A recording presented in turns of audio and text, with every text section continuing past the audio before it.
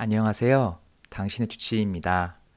오늘은 알코올 중독의 선별 검사와 간단한 치료에 대한 최신 지견을 알아보겠습니다.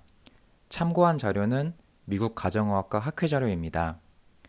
프라이머리 케어 세팅에서 일하시는 분들에게는 메디케어 애뉴얼 검사뿐만 아니라 보통 환자들 정기 검진할 때도 꼭 물어봐야 합니다. 알코올 중독에 대해서요. 지금 유튜브 보시는 분들이 프라이머리 케어 세팅에서 일하시는 분이 아닌 환자분이시라면 잘 들어보시고 본인이 해당되는지 확인해 주시면 되겠습니다. 특히 한국 정서상 술에 대해서 어느 정도 관대한 면이 있다 보니 제 생각에 많은 분들이 해당되실 것으로 생각됩니다. 저 또한 피해갈 수는 없을 것 같습니다. 자, 이 슬라이드는 미국의 지도인데요. 괌을 하는 사람이 주별로 어떻게 분포되어 있는지를 보는 자료입니다. 특히 추운 곳에 사시는 북쪽에 사시는 분들이 아무래도 할 게 없다 보니 집에서 술을 마시는 날이 많겠죠? 라는 생각이 듭니다. 재밌는 것은 그럼에도 불구하고 이 왼쪽 밑에 있는 알래스카는 그렇게 높진 않습니다. 아무래도 낚시나 하이킹 등을 할 수 있는 그런 야외 활동들이 많아서 그렇지 않을까 그런 생각이 듭니다. 제가 레지던트 했던 동네도 굉장히 추운 동네였는데 역시나 파랗게 되어 있네요. 오른쪽 밑을 보시면은 과음하는 사람의 퍼센티지가 18% 이상이면 파란색인 것입니다. 특히 코비드가 시작되고 흔히 말하는 집술, 혼술 하시는 분들이 많이 늘어났다고 알고 있고 저 또한 예외는 아니었습니다. 근데 그런 말이 있죠. 어떻게 보면은 오늘의 이야기의 핵심이기도 한데요. 하루에 한 장 정도는 우리 닥터가 괜찮다고 했어. 그래서 지금 여기 보시면은 여러 분들이 이렇게 한 잔을 하고 계시죠. 그래서 이렇게 한 장에 정의를 해두었습니다. 의학적으로. 맥주로는 12온즈, 즉 한 360ml 정도, 즉 맥주 한 캔 정도고요. 조금 도수가 높은 맥주는 한 8에서 9온즈, 그리고 와인은 5온즈, 그러니까 한 150ml 정도, 야구르트병 한 2개 정도. 코리얼 리커라는 것은 이게 좀 생소하실 수 있겠지만 이게 한국 사람들은 다 아는 겁니다. 바로 소주입니다. 야구르트 한 병이 한 잔인 겁니다. 그리고 잘 아시겠지만 도수가 높아질수록 점점 양이 작아져서 양주는 40ml가 한 잔 정도라고 생각하시면 됩니다. 그래서 과음이라는 것은 그럼 성인 남성 65세 이하는 하루에 4잔 이상 그리고 5잔 이상을 2시간 이내에 마시게 되면 폭음이 되는 것이고요. 일주일에 7잔 이상 마셔도 과음입니다. 여성분들이나 남성분들 중에서는 65세 이상 시니어분들은 하루에 3잔 이상 마시게 되면 과음이고요. 2시간 이내에 4잔 이상을 마시게 되면 폭음이 되는 것입니다. 마찬가지로 여성분들도 일주일에 7잔 이상 마시게 되면 과음입니다. 그래서 클리닉에서 저희가 써야 하는 스크리닝 검사로는 오딧이라는 게 있는데 이렇게 자세하게 제가 적어뒀으니 참고하시고 밑에 링크를 걸을 테니까 들어가셔서 PDF 파일을 다운받아 보시면 되겠습니다. 의사가 물어보는 게 있고 본인이 직접 확인해 보는 방법 2가지가 있습니다. 점수도 매겨볼 수 있고요.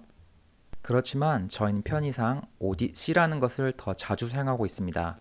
첫 번째, 얼마나 자주 술을 마십니까? 전혀 아니다부터 매일이다 이렇게 점수를 매기고요. 두 번째로는 술을 마시는 날에 보통 양이 얼만큼이십니까? 이렇게 여쭤보는 거고요. 한 잔부터 10잔 이상이다 이렇게 답을 할 수가 있겠고 마지막 질문은 얼마나 자주 폭음을 하느냐입니다. 여기서 폭음은 남자는 5잔 이상, 여자는 4잔 이상입니다.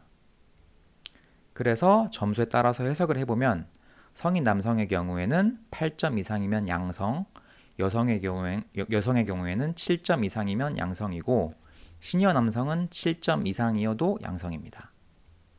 그럼 이제 양성일 경우에 어떻게 해야 하냐는 것에 대한 내용입니다. 일반 오딧을 썼으면 존이 이렇게 4단계가 나눠져서 각 단계별로 치료 방향을 결정하시면 됩니다. 오딧에서 존 1은 오딧 C 결과로는 음성 결과입니다. 존 2는 피드백하고 간단한 상담 치료, 존 3는 피드백하고 정밀 관찰, 입원 치료까지는 필요가 없지만 알코올 중독 치료를 해야 하고 존 4는 즉시 치료를 시작해야 합니다. 저희가 프라이머리 케어로서 역할은 존 2나 3가 나오면 중독은 아닐 것 같으니까 일단 목표를 설정하고 4에서 6주 후에 재방문을 권유합니다.